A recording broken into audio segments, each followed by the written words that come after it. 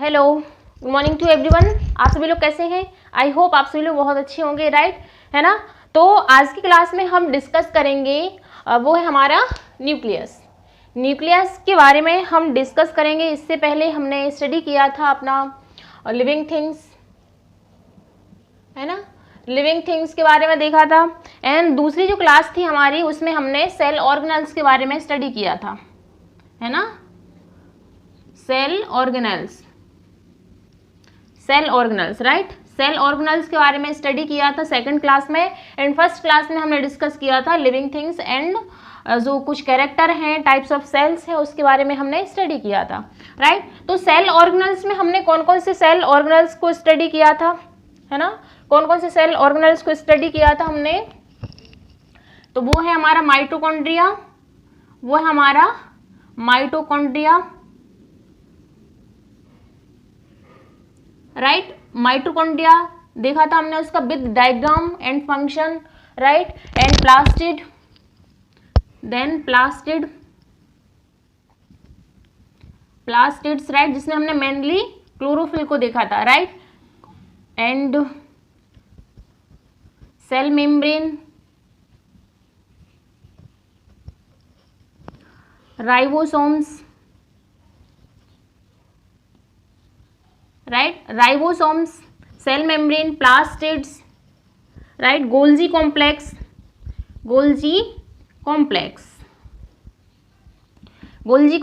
And endoplasmic reticulum, right. इस तरीके से हमने जो भी सेल ऑर्गेनल्स पाए जाते हैं एक सेल के अंदर, जो भी सेल ऑर्गेनल्स रहते हैं साइटोप्लाज्म में, उन सारे सेल ऑर्गेनल्स के बारे में हमने डिस्कस किया था प्रीवियस क्लास में, राइट। तो आई होप आप लोगों को वो चीज़ अच्छे से समझ आई होगी, क्लियर हुई होगी। और जो भी आपको डाउट लगता है तो आप कमेंट बॉक्स में आप जाके बता सकते हैं, तो आपका डाउट भी क्लियर किया जाएगा, right. Now we will discuss about nucleus, है ना। न्यूक्लियस जो सेल है, सेल का एक मेन कंपोनेंट रहता है, सेल का मेन कंपोनेंट रहता है न्यूक्लियस, है ना। और कुछ हमने न्यूक्लियस के बारे में प्रीवियस क्लास में भी देखा था।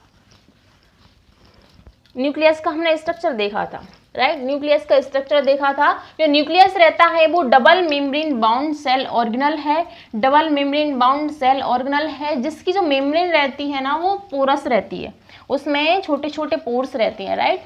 तो न्यूक्लियस की जो मेम्ब्रेन है, हमने स्ट्रक्चर देखा था, तो उसमें पोर्स हमको देखने को मिलते हैं, राइट।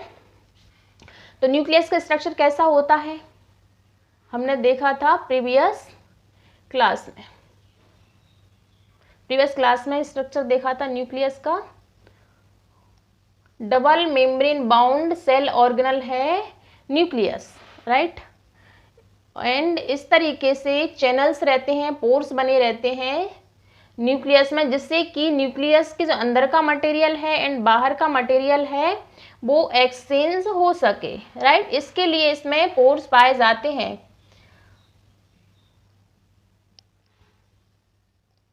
राइट। इस तरीके से ये क्या है? Pores, right. और न्यूक्लियस है, न्यूक्लियस के अंदर एक फ्लूइड पाया जाता है जिसको हमने कल भी स्टडी किया था। इसका नाम क्या है? Nucleoplasm,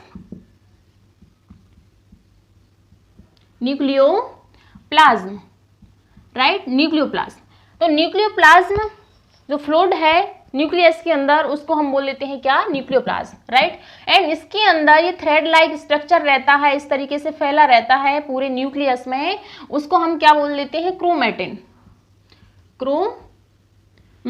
right. क्रोमैटिन नेटवर्क होता है, जो एक थ्रेड लाइक स्ट्रक्चर्स रहते हैं, है ना, उसको हम बोल लेते हैं क्या? Chromatin network, right. और इसी में क्या पाए जाते हैं? जो क्रोमैटिन नेटवर्क से ही क्या बनता है? हमारे जो क्रोमोसोम्स रहते हैं वो क्रोमैटिन नेटवर्क से ही बनते हैं। नेक्स्ट अब हम आगे स्टडी करेंगे क्रोमोसोम्स क्या होते हैं, उनका कैसा स्ट्रक्चर रहता है, राइट। तो इस तरीके से कुछ इसके अंदर होता है। और जो क्रोमैटिन है न्यूक्लियस का, वो जेनेटिक मटेरियल होता है ना। जो जेनेटिक क्रोमैटिन होता है वो जेनेटिक मटेरियल होता है। जेनेटिक मटेरियल क्या होता है? ऐसा मटेरियल जिसके थ्रू हमारे पेरेंट्स के कैरेक्टर और डॉटर सेल्स में ट्रांसफर होते हैं, है ना, जिन्हें हम बोल लेते हैं क्या, जीन्स, है ना।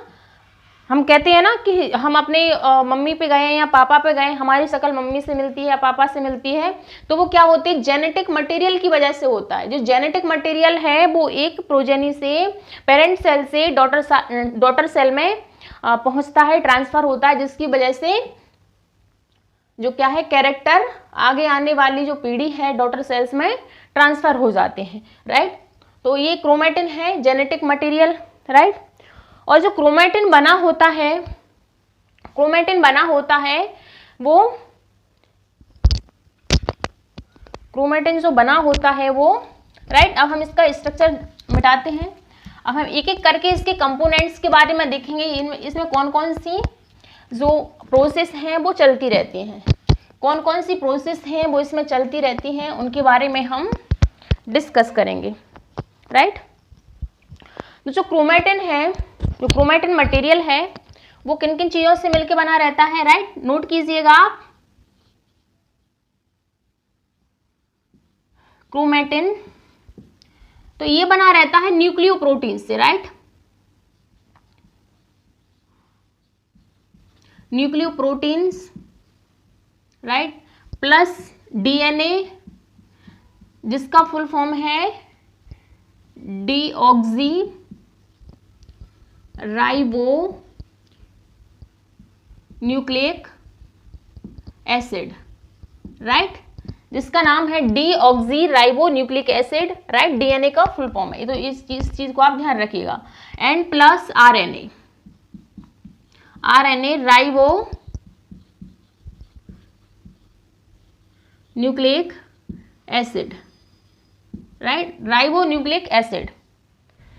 तो ये होता है क्रोमेटिन, जिससे मिलके बना रहता है न्यूक्लियोप्रोटीन्स, है ना। न्यूक्लियोप्रोटीन्स जो रहती हैं मतलब प्रोटीन्स रहती हैं, प्लस जो न्यूक्लियोप्लाज्म रहता है उससे मिलके न्यूक्लियोटाइड्स जो रहती हैं, राइट, उससे हम बोल लेते हैं क्या, न्यूक्लियोप्रोटीन्स, प्लस जीएनए जिसे डीऑक्सी राइबो न्यूक्लिक एसिड बोलते हैं, और RNA ribo nucleic acid, right. तो डीएनए एंड आरएनए का फुल फॉर्म ध्यान रखिएगा कि आरएनए को हम राइबो न्यूक्लिक एसिड है इसका full form, and deoxy ribo nucleic acid है डीएनए का फुल फॉर्म, राइट। तो ये रहता हमारा क्रोमेटिन नेटवर्क जिससे बना रहता है, और इसी पर हमारे जीन्स रहते हैं, जीन्स, है ना।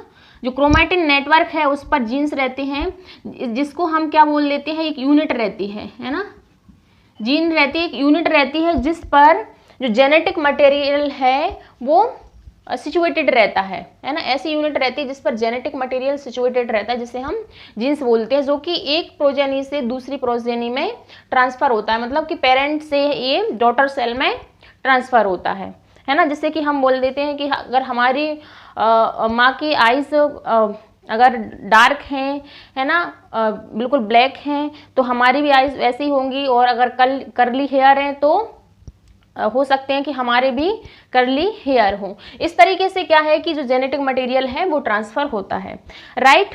अब ये डीएनए है, आरएनए है, ये हमारे न्यूक्लियस में क्या करता है, डीएनए है, आरएनए है, ये न्यूक्लियस में क्या करता है, तो ये डीएनए है एंड आरएनए है एंड प्रोटीन्स है, इन्हीं का मेन रोल रहता है हमारे जो न्यूक्लियस में। तो ये कुछ रिएक्शंस इसमें होती रहती हैं, डीएनए से आरएनए बनना, आरएनए से प्रोटीन बनना, है ना, एंड आरएनए से डीएनए बनना एंड डीएनए से डीएनए बनना।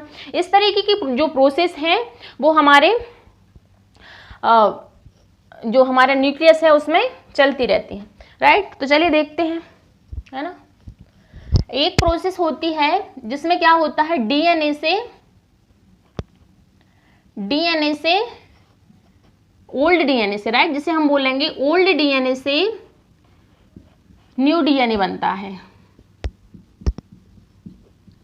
New DNA, right. क्या है कि जो डीएनए है, डीएनए जब सेल का डिवीजन होता है, एक सेल से दो सेल बनती हैं, है ना, एक सेल से दो सेल बनती हैं, तो क्या है, डीएनए का अमाउंट मेंटेन रखना, कितना डीएनए चाहिए एक सेल को, उसकी रिक्वायरमेंट को फुलफिल करने के लिए डीएनए, ओल्ड डीएनए से नया डीएनए बनता रहता है, राइट, ओल्ड डीएनए से नया डीएनए बनता रहता है। तो इस प्रोसेस को क्या बोला जाता है, रेप्लिकेशन, इस प्रोसेस को क्या बोला जाता है? Replication, right. नोट कीजिएगा, डीएनए, ओल्ड डीएनए से न्यू डीएनए बनने की प्रोसेस को क्या बोला जाता है? Replication, right. इस चीज को ध्यान रखिएगा। देन डीएनए से क्या होता है? डीएनए से क्या होता है? आरएनए बनता है, राइट। डीएनए से आरएनए बनता है ना। तो इस प्रोसेस को क्या बोला जाता है? ट्रांसक्रिप्शन, है ना। डीएनए से आरएनए बनने वाली प्रोसेस को जो बोला जाता है उसे बोला जाता है ट्रांसक्रिप्शन, है ना। और ये सारी जो प्रोसेस चलती हैं ये न्यूक्लियस में चलती हैं, क्योंकि अभी हम जो पढ़ रहे हैं, स्टडी कर रहे हैं, वो न्यूक्लियस की स्टडी कर रहे हैं, राइट। देन प्रोसेस क्या होती है? इसमें क्या होता है? आरएनए से भी डीएनए बनता है ना। आरएनए भी डीएनए बनाता है, आरएनए भी डीएनए बनाता है। तो इसको क्या बोल लेंगे? इसको बोल लेंगे रिवर्स ट्रांसक्रिप्शन, राइट। इसको हम क्या बोल देंगे? Reverse transcription. रिवर्स का मतलब है उल्टा, है ना। रिवर्स का मतलब हो जाता है उल्टा। यहाँ पर डीएनए से आरएनए बन रहा था, लेकिन क्या हुआ, और जो रिवर्स ट्रांसक्रिप्शन में आरएनए से डीएनए भी बनता है ना। तो जो प्रोसेस है वो उल्टी हो जाती है, इसलिए इसको क्या बोल लेते हैं? इसको रिवर्स ट्रांसक्रिप्शन, मतलब ट्रांसक्रिप्शन का उल्टा हो जाएगा रिवर्स ट्रांसक्रिप्शन, राइट। तो ये जो फैक्ट्स हैं, जो प्रोसेस हैं, इन चीज़ों का आप लोग ध्यान रखिएगा और इनको नोट भी कीजिएगा, राइट। देन है ना। तो इन चीज़ों को आप लोग नोट कीजिएगा साथ साथ में, और बायोलॉजी को इस तरीके से समझने की कोशिश कीजिएगा, राइट। बायोलॉजी को समझने की कोशिश कीजिएगा। अगर आप रटने बैठेंगे ना बायोलॉजी को, तो वो आपको कभी समझ में नहीं आएगी, है ना। देन नेक्स्ट जो प्रोसेस है वो है जिसमें क्या होता है? आरएनए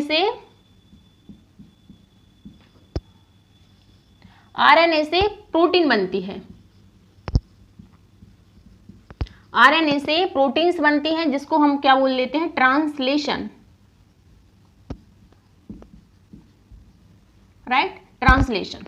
तो आप लोग ये transcription, reverse transcription and translation and replication, ये कुछ जो मतलब मिलते जुलते वर्ड हैं, इनमें आप कंफ्यूज मत होइएगा, क्योंकि आरएनए से क्या बनता है? प्रोटीन। इसको हम क्या बोल लेते हैं? Translation, right. आरएनए से प्रोटीन बनने की जो प्रोसेस है उसको हम बोल लेते हैं क्या? Translation, right. तो इस तरीके से 4 प्रोसेस थी जो कि हमारे न्यूक्लियस में चलती रहती हैं, है ना। न्यूक्लियस में चलती रहती हैं, और जैसे ही ये प्रोटीन बन जाती है तो ये न्यूक्लियस है, न्यूक्लियस की जो मेम्ब्रेन है, पोरस मेम्ब्रेन है, उसके थ्रू ये न्यूक्लियस से बाहर निकल जाती है साइटोप्लाज्म में, जिसमें क्या होता है कि जो हमारे एंडोप्लाज्मिक रेटिकुलम है, जो कि न्यूक्लियस से कनेक्टेड रहता है, वो उसकी पैकेज ट्रांसपोर्ट कर देता है एंड पैकेजिंग भी कर देता है ना। गोल्जी बॉडीज है और जो एंडोप्लाज्मिक रेटिकुलम, इनका कुछ वर्क रहता है मतलब ट्रांसफर करना, है ना, एंड पैकेजिंग करना प्रोटीन की, एंड इसमें मॉडिफिकेशन करना, राइट। तो इस तरीके से प्रोटीन का पूरा फॉर्मेशन हो जाता है, राइट। तो ये कुछ प्रोसेस थी हमारी जो कि हमारे न्यूक्लियस में होती रहती हैं, राइट। तो इन चीज़ों के बारे में आप ध्यान रखिएगा।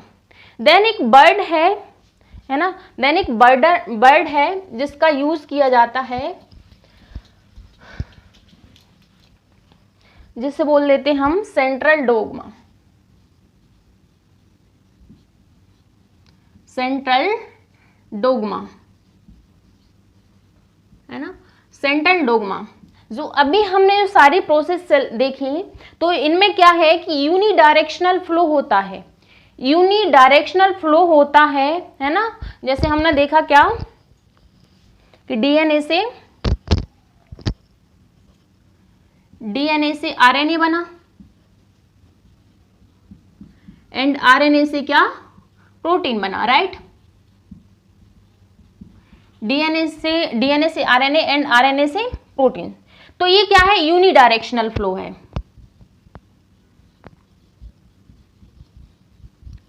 यूनिडायरेक्शनल डायरेक्शनल, मतलब एक ही डायरेक्शन में इसका फ्लो हो रहा है, कन्वर्जन हो रहा है डीएनए से आरएनए एंड आरएनए से प्रोटीन। तो इसी प्रोसेस को जो हमारी मॉलिक्यूलर बायोलॉजी है उसमें शब्द यूज किया जाता है इसको रिप्रेजेंट करने के लिए, वो है central dogma, right, central dogma, है ना। तो इस चीज को आप ध्यान रखिएगा, है ना। तो एक वर्ड था जिसको आपको ध्यान रखना है कि ये सेंट्रल डोग्मा होता क्या है, राइट।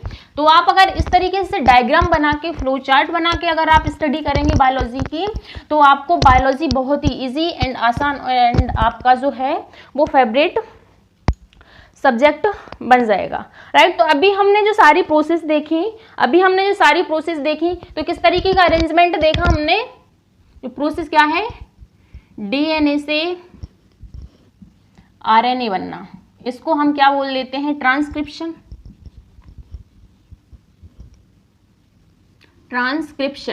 राइट। एंड आरएनए से डीएनए बनना, उसको हम क्या बोल लेते हैं, रिवर्स ट्रांसक्रिप्शन,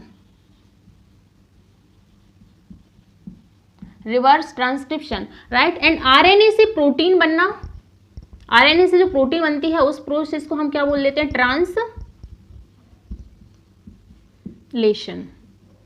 ट्रांसलेशन, है ना। अगर आप इस तरीके के डायग्राम से, एक सिंगल डायग्राम से इन प्रोसेस को आप याद रखेंगे तो ये काफी इजी हो जाएगा, राइट, ये काफी इजी हो जाएगा, है ना। तो ये अभी तक हमने डिस्कस किया, जो प्रोसेस देखी, तो ये हमारे एक छोटा सा representation, right, transcription, reverse transcription and translation, right. तो इस तरीके से जो हमारा न्यूक्लियस है उसमें प्रोसेस चलती रहती है, राइट। चलिए अब आगे हम देखते हैं, वो है कि जो हमारा जो न्यूक्लियस है, सेल्स का जो न्यूक्लियस है, वो उसमें जेनेटिक मटेरियल पाया जाता है जिसको हम क्या बोल देते हैं, क्रोमेटिन। एंड क्रोमेटिन से क्या बनता है, क्रोमेटिन से रॉड लाइक स्ट्रक्चर बनता है जिसको हम बोल देते हैं क्या, क्रोमोसोम्स, है ना, क्रोमोसोम्स, राइट। तो क्रोमोसोम्स बनते हमारे जो क्रोमेटिन मटेरियल होता है उससे, राइट, क्रोमेटिन मटेरियल होता है उससे बनते हैं। और इनका स्ट्रक्चर, ये सेल रहती है इस तरीके से, तो उसमें इस तरीके के स्ट्रक्चर पाए जाते हैं, न्यूक्लियस में, न्यूक्लियस के अंदर, राइट, न्यूक्लियस के अंदर इस तरीके का स्ट्रक्चर पाया जाता है जिसको हम क्या बोल लेते हैं, क्रोमोसोम्स, राइट। तो क्रोमोसोम्स का जो स्ट्रक्चर है कुछ इस तरीके का हमें देखने को मिलता है, कुछ इस तरीके से हमको देखने को मिलता है। और ये प्रॉपर तरीके से हमें देखने को मिलता है अगर हम इन्हें माइक्रोस्कोप में देखें। तो जब सेल डिवीजन की प्रोसेस चलती है, सेल डिवाइड होती है, जब एक सेल से दूसरी सेल बनती है, तो उस टाइम हमें इस तरीके का स्ट्रक्चर दिखाई देता है, उस समय हमें इस तरीके का स्ट्रक्चर हमें दिखाई देता है, राइट। तो ये क्या है, ये क्रोमोसोम है। क्रोमोसोम्स की आर्म्स रहती हैं, है ना, आर्म्स से बोलते हैं, और इन्हें क्रोमेटिड बोलते हैं, है ना, क्रोमेटिड,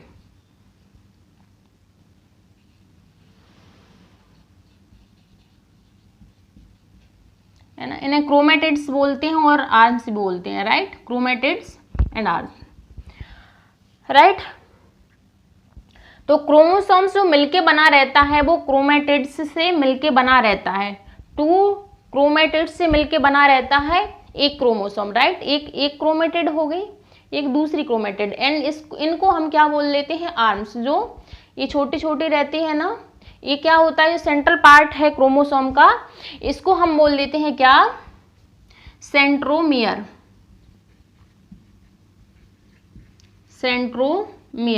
राइट, एंड और काइनेटोकोर,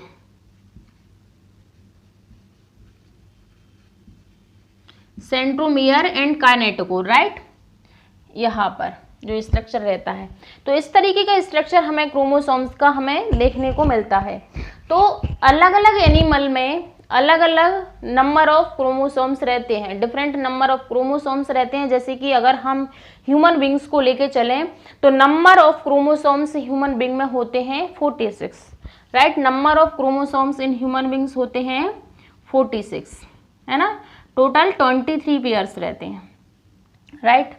अब हम देखते हैं कि जो क्रोमोसोम्स हैं, क्रोमोसोम्स कितने टाइप के रहते हैं on the basis of structure, right, on the basis of structure. और इनका स्ट्रक्चर किस तरीके से चेंज होता है, जो हमने देखा सेंट्रोमेयर है, सेंट्रोमेयर की पोजीशन चेंज हो जाती है क्रोमोसोम्स पर, उसके बेसिस पर जो क्रोमोसोम है, क्रोमोसोम का स्ट्रक्चर चेंज हो जाता है, राइट। तो चलिए हम देखते हैं कितने टाइप्स रहते हैं, है ना, क्रोमोसोम्स के कितने टाइप रहते हैं। तो फर्स्ट है, अगर सेंट्रोमेयर है, उसकी पोजीशन अगर सेंटर में है, बिल्कुल सेंटर में है, हमने जो सेंट्रोमेयर देखा उसकी पोजीशन अगर सेंटर में है ना, सेंटर में, तो जो ये आर्म्स रहेंगी, इसकी आर्म्स रहेंगी, वो क्या रहेंगी, इक्वल आर्म्स, राइट। ये इधर से अगर हम देखेंगे कि ये वाली आर्म एंड ये वाली आर्म, ये सारी जो आर्म्स हैं वो इक्वल रहेंगी, राइट, इक्वल आर्म्स रहेंगी, क्योंकि जो सेंट्रोमियर है वो सेंट्रल पार्ट में सिचुएटेड है, जिसकी वजह से ये जो इसकी आर्म्स हैं वो इक्वल हो जाती हैं। तो इस तरीके के क्रोमोसोम्स को हम क्या बोल लेते हैं, metacentric chromosome,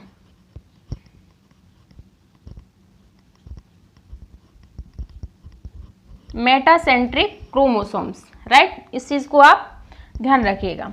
then next structure है, तो नेक्स्ट स्ट्रक्चर में क्या हो जाता है, ये जो सेंट्रोमियर है उसकी पोजीशन स्लाइटली जो सेंटर से थोड़ी डिफरेंट रहती है, थोड़ी आगे हो जाती है, मतलब सेंट्रल पार्ट में नहीं रहती है। इसकी वजह से क्या होगा कि जो आर्म्स की लेंथ है वो अनइक्वल हो जाएगी,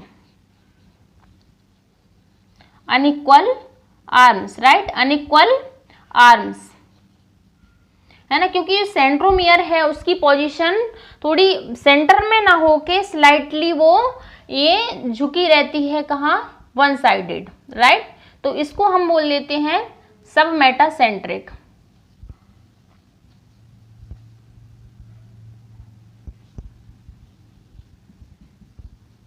इनको हम बोल लेते हैं क्या, सब मेटासेंट्रिक क्रोमोसोम्स, राइट। तो ये होते हैं हमारे सब मेटासेंट्रिक क्रोमोसोम्स, राइट। देन होता है जो क्रोमोसोम है उस पर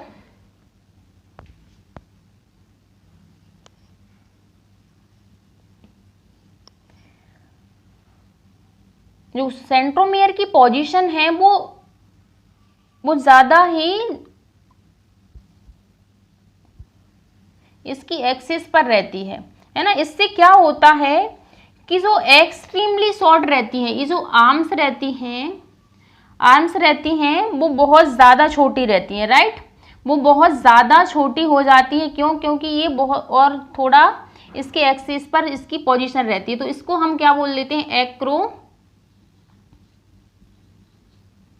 एक्रोसेंट्रिक, है ना। ऐसे क्रोमोसोम्स को हम क्या बोल लेते हैं, एक्रोसेंट्रिक, राइट। देन है नेक्स्ट लास्ट एंड, तो वो है हमारा टीलोसेंट्रिक। तो टीलोसेंट्रिक में जो सेंट्रोमियर है उसकी पोजीशन बिल्कुल ही एक्सिस पर होती है ना। जो आर्म्स रहती हैं वो कुछ ज़्यादा ही छोटी होती हैं, है ना। वन इज बहुत ज़्यादा, ये इसकी क्या है, टर्मिनल पोजीशन रहती है, टर्मिनल पर रहती है। इससे क्या हो, जिसकी आर्म्स रहती हैं वन जो बहुत ज़्यादा, मतलब बहुत ज़्यादा लॉन्ग रहती हैं, एंड जो इसमें भी क्या है, ये जो लॉन्ग ये होती हैं लॉन्ग आर्म्स, राइट, और इनको बोलते हैं शॉर्ट आर्म्स, राइट। तो इस तरीके से जो क्रोमोसोम्स है, क्रोमोसोम्स का स्ट्रक्चर रहता है, नंबर ऑफ टाइप्स क्रोमोसोम्स रहते हैं on the basis of presence of centromere, on the basis of presence of centromere. Of presence of centromere, there are 4 types of chromosomes, right? तो चलिए अब हम क्या स्टडी करेंगे कि जो सेंट्रोमियर है ना, और जो आर्म्स रहती हैं क्रोमोसोम्स की, इस पर कुछ एक एक्सिलरी स्ट्रक्चर पाया जाता है। एक्सिलरी स्ट्रक्चर हमें देखने को मिलता है इस तरीके से। एक क्रोमोसोम है, ये क्रोमोसोम्स की आर्म्स है। यहाँ पर इस तरीके से एक प्रोजेक्शन देखने को मिलता है ना, सेकेंडरी कंस्ट्रक्शन जिसे बोल देते हैं, क्या, सेकेंडरी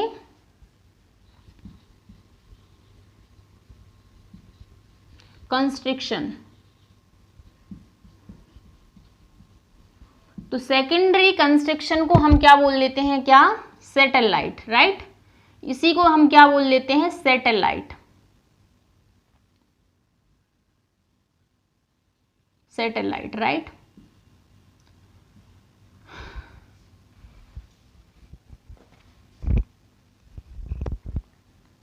सैटेलाइट, सैटेलाइट, राइट।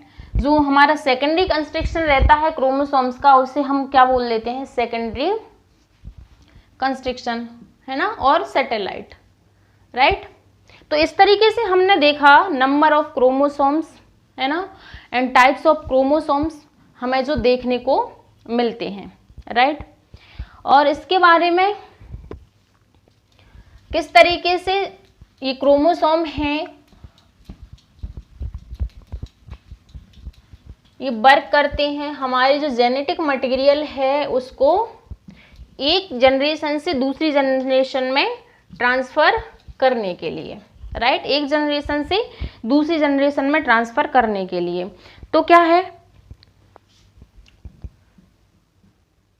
ना, अब हम देखेंगे जो नेक्स्ट क्लास में, वो हम देखेंगे कि जो हमारा सेल डिवीजन किस तरीके से होता है।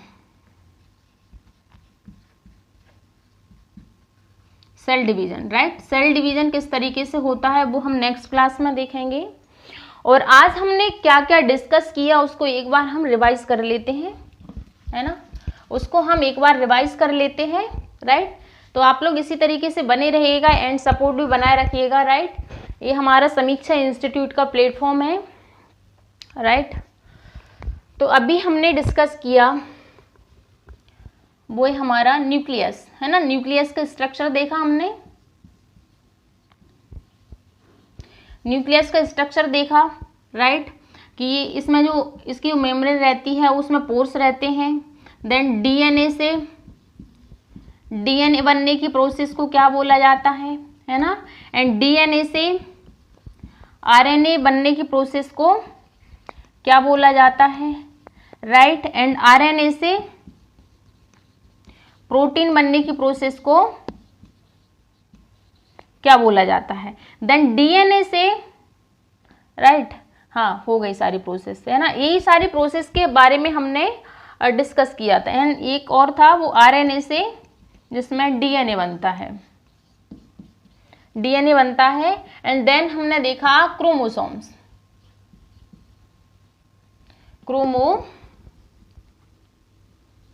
Chromosomes, right. तो इन सब जो प्रोसेस हैं जो ये होती है हमारे न्यूक्लियस के अंदर। जो सेल है, सेल का जो न्यूक्लियस रहता है, न्यूक्लियस जो कि सेंट्रल पार्ट है हमारे सेल का, किसी भी सेल का, वो होता है हमारा न्यूक्लियस, राइट, न्यूक्लियस। तो उसके बारे में हमने आज स्टडी किया, उसमें कौन कौन सी प्रोसेस चलती रहती हैं। जो मेन प्रोसेस हैं हमारे एग्जाम्स के लिए, वो हमने इसमें कम्प्लीटली अच्छी तरीके से स्टडी किया है, राइट। और अब हम नेक्स्ट क्लास में वो स्टडी करेंगे कि जो क्रोमोसोम है ना, क्रोमोसोम्स के बाद है क्या, कि जो क्रोमोसोम्स है जब वो सेल का डिवीज़न होता है, जब एक सेल से 2 सेल बनती हैं, एक सेल से 2 सेल बनती हैं एंड 2 से 4 बनती हैं, है ना। तो ये कौन कौन सी जो प्रोसेस हैं किन किन प्रोसेस के थ्रू इनका डिवीजन होता है, लाइक जैसे कि mitosis division and meiosis division, है ना।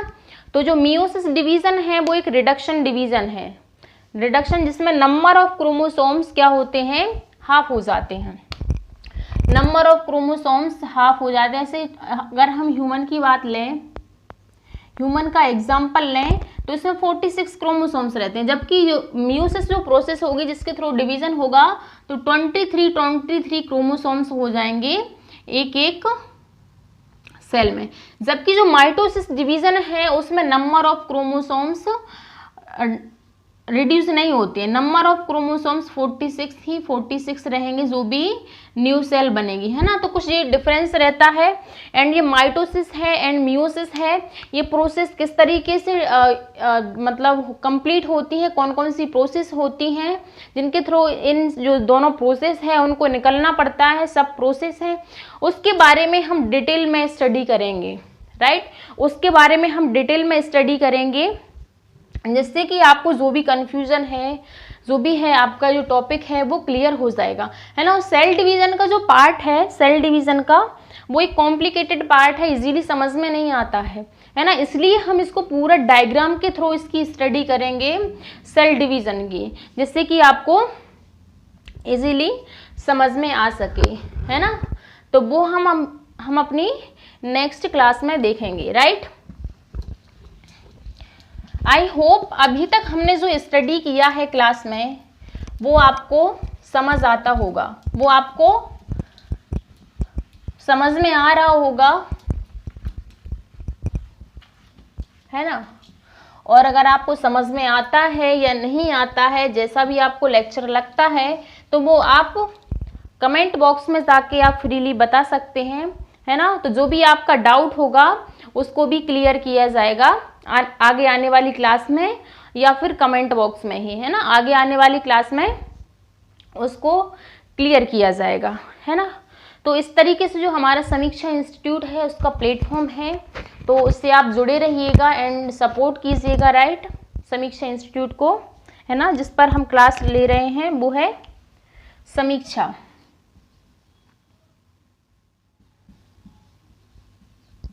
समीक्षा, राइट, समीक्षा इंस्टीट्यूट। एंड मेरा अपना खुद का भी ऑनलाइन प्लेटफॉर्म है, ऑनलाइन चैनल है जिसका नाम है NCERT, NCERT स्पेशल, है ना। NCERT के नाम से अगर आप सर्च करेंगे तो आपको मेरा भी जो मेरा पर्सनल अपना खुद का चैनल है जिस पर मैंने ज्योग्राफी पढ़ाया हुआ है, ज्योग्राफी NCERT कवर कराई है, एंड जो हमारा MP GK है, MP GK है उसको पढ़ाया है, और साइंस भी पढ़ाया है, राइट। साइंस भी, सॉरी, साइंस भी मैंने कवर कराया है, राइट। मैंने साइंस भी कवर कराया है, MP GK कवर कराई है, एंड NCERT जो नाम है मेरे चैनल का वो है NCERT स्पेशल। जो अभी मैं क्लास ले रही हूँ वो है हमारा समीक्षा इंस्टीट्यूट, राइट। इस तरीके से आप लोग, है ना, सपोर्ट कीजिएगा। और जो भी आपको डाउट लगता है ना वो आप बिना किसी झिझक के, बिना किसी रुकावट के आप कमेंट बॉक्स में आप डाउट को पूछ सकते हैं, है ना। तो कल का जो हमारा टॉपिक रहेगा वो रहेगा सेल डिवीजन,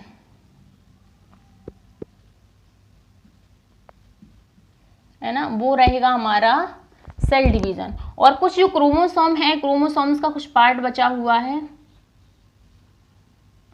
क्रोमोसोम्स का पार्ट बचा हुआ है ना, क्रोमोसोम्स का जो कुछ पार्ट बचा हुआ है ना, जो कि छोटा सा टॉपिक बचा हुआ है वो भी आपको कवर कराया जाएगा। एंड सेल डिवीजन है उसको हम नेक्स्ट क्लास में स्टडी करेंगे, है ना। और जो हमारा उसके बाद आएगा हमारा प्लांट मॉर्फोलॉजी,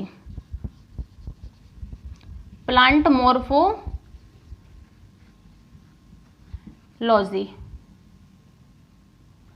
प्लांट मॉर्फोलॉजी मतलब जब हम प्लांट के स्ट्रक्चर के बारे में स्टडी करेंगे कि जो प्लांट है बाहर से देखने में, है ना। मॉर्फोलॉजी का मतलब होता है कि बाहर से देखने, एनाटॉमी का मतलब होता है किसी स्ट्रक्चर को, प्लांट हो या एनिमल हो उसका जो अंदर है बॉडी का इंटरनल पार्ट के स्ट्रक्चर को देखने को हम बोल देते हैं क्या, एनाटॉमी, राइट। और इसमें हम नेक्स्ट क्लास में जो हम स्टडी करेंगे वो है हमारा प्लांट मॉर्फोलॉजी।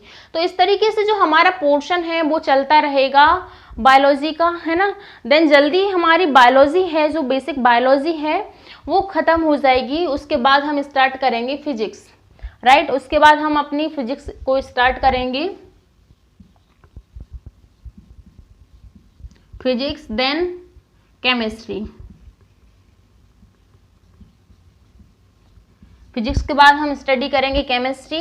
देन ये जो बेसिक सब्जेक्ट है हमारे साइंस के, बायोलॉजी, फिजिक्स एंड केमिस्ट्री, इसके बाद जो हमारा पोर्शन आता है वो आता है साइंस एंड टेक का, है ना, साइंस एंड टेक का। और जब तक हम इन तीनों बायो, फिजिक्स एंड केमिस्ट्री को अगर हम स्टडी नहीं कर लेते, इसके बारे में बेसिक अगर हम नॉलेज नहीं रखते हैं, तो हमारा जो टेक वाला पोर्शन है वो हमें समझ में नहीं आता है, इजीली है वो हमें समझ में नहीं आता है। इसलिए हम इसको बाद में रखेंगे। पहले हम जो हमारी जो बेसिक बायोलॉजी है उसको हम स्टडी कर लेते हैं, जो भी उसके बेसिक कॉन्सेप्ट रहते हैं, है ना, क्योंकि अंडरस्टैंडिंग हमारी इधर से ही बनती है। देन हम टेक वाले पोर्शन पर जाएंगे, है ना। तो इस तरीके से आप लोग बने रहिएगा, सपोर्ट बनाए रखिएगा और इन क्लासेस को आप पूरा देखिएगा, है ना। और जो भी लगता है, आपको डाउट लगता है तो आप पूछिएगा ज़रूर, राइट। देन एक बच्चे का डाउट था प्रीवियस क्लास में, उन्होंने बोला था कि जो सेल थ्योरी है जो दी थी, दो साइंटिस्ट ने दी थी, उन्होंने साथ में दी थी क्या, है ना। तो जो सेल थ्योरी है, सेल थ्योरी दी थी स्लाइडन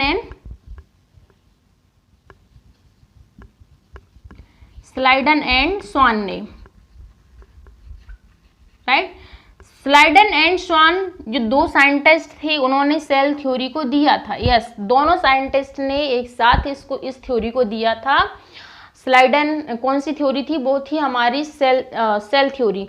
सेल थ्योरी में बोला गया था कुछ बॉडी है, बॉडी की स्मॉलेस्ट यूनिट है वो है हमारी सेल बॉडी की सबसे स्मॉलेस्ट यूनिट है, राइट। सेल बॉडी की सबसे स्मॉलेस्ट यूनिट है। एंड देन उसमें सेकंड पॉइंट है, वो है कि जो सेल्स आती हैं, न्यू सेल्स आती हैं, वो प्री एग्जिस्टिंग सेल से ही आती है। मतलब पहले से कोई सेल प्रेजेंट है तब जाके न्यू सेल आती है ना। तो new cells comes from pre existing cells, right, pre existing cells, right. तो new cells comes from pre existing cells, है ना। जैसे कि जब अगर कोई पहले से सेल प्रेजेंट होगी तब जाके कोई न्यू सेल बनती है ना। ये हम सेल डिवीजन में देखते हैं कि पहले से कोई सेल होती है, ओल्ड सेल रहती है, उससे न्यू सेल बनती है। और ये इस तरीके से इसका जो फंक्शन है, फंक्शन डिफरेंशिएट भी रहता है ना। अलग अलग सेल है, अलग अलग सेल का फंक्शन अलग अलग होता है, राइट। तो ये था किसी बच्चे का डाउट, जिसमें कि उन्होंने पूछा था कि सेल थ्योरी दोनों ने ही दी थी क्या। यस, दोनों ने ही ये सेल थ्योरी दी थी, स्लाइडन एंड स्वान ने, राइट। आई होप आपका डाउट है ना वो क्लियर हो गया होगा। इस तरीके का डाउट अगर आपको लेक्चर में कोई लगता है तो वो आप पूछ सकते हैं, राइट। अगर डाउट आपको लगता है तो आपको क्लियर किया जाएगा। कौन सी चीज़ आपको समझ में नहीं आई है वो भी आपको क्लियर की जाएगी, राइट। तो इस तरीके से आप सपोर्ट बनाए रखिएगा, है ना।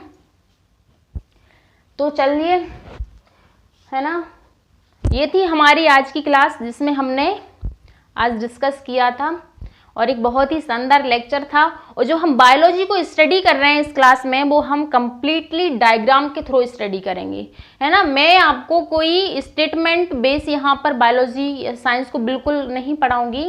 मैं आपको यहाँ पर बायोलॉजी है जो साइंस का पोर्शन है, फिजिक्स केमिस्ट्री का भी, वो सिर्फ और सिर्फ आपको यहाँ पर देखने को मिलेगा डायग्राम के थ्रू, राइट। यहाँ थ्योरी है जो मैं बोलती हूँ, आप उसको नोट कर सकते हैं, राइट। और कुछ वर्ड हैं जो आपको यहाँ पर लिखे जाएंगे, लेकिन स्टेटमेंट आपको नहीं लिखाऊंगी, क्योंकि स्टेटमेंट्स जो रहते हैं वो आपको किसी भी बुक्स में मिल जाएंगे, राइट। लेकिन अब हमें क्या है, बायोलॉजी है या साइंस में फिजिक्स केमिस्ट्री, उन्हें हम सबको, सारे सब्जेक्ट को जो भी हमारे साइंस में इंक्लूड होते हैं, हमें डायग्राम के थ्रू उनकी स्टडी करना है, राइट। डायग्राम के थ्रू हमें उनकी स्टडी करना है, जिससे क्या है कि हम चीज़ों को एक लॉन्ग टाइम तक मेमोराइज कर सकें, है ना। इसलिए जो बायोलॉजी है, अगर हम उसको डायग्राम के थ्रू स्टडी करते हैं तो बहुत ही आसान हो जाती है ना। तो इस तरीके से हमारी क्लासेस चलेंगी, राइट। तो अभी तक हमारी 3 क्लासेस हो चुकी हैं समीक्षा इंस्टीट्यूट पर। तो आप लोग चैनल को भी लाइक कीजिए, शेयर कीजिए, है ना, और कमेंट भी कीजिएगा जो भी आपको, जिस भी सब्जेक्ट की आपको वीडियो चाहिए है ऑनलाइन प्लेटफॉर्म पर, और कौन सा टॉपिक आपको स्टडी करना है। वैसे साइंस तो आपकी टॉपिक वाइज चलेगी, राइट, तभी आपको जो साइंस है वो समझ आएगी। अदरवाइज जो साइंस है वो इतना इजी सब्जेक्ट नहीं है, साइंस है इतना इजी सब्जेक्ट नहीं है। और जो मैं आपको साइंस पढ़ा रही हूँ वो एक एनसीईआरटी लेवल का है, राइट। वो एक एनसीईआरटी बेस्ड है, जो कि जनरली क्या है, हमारे एग्जाम्स में डीपली पूछा जाता है, राइट, है ना, डीपली पूछा जाता है। इसलिए जो पूरा जो हमारा जो टॉपिक्स रहेंगे वो एनसीईआरटी बेस्ड रहेंगे, राइट। तो चलिए फिर, है ना, अब मिलते हैं हम अपनी नेक्स्ट क्लास में, है ना। तो चलिए फिर आज के लिए इतना ही। Thank you to all of you.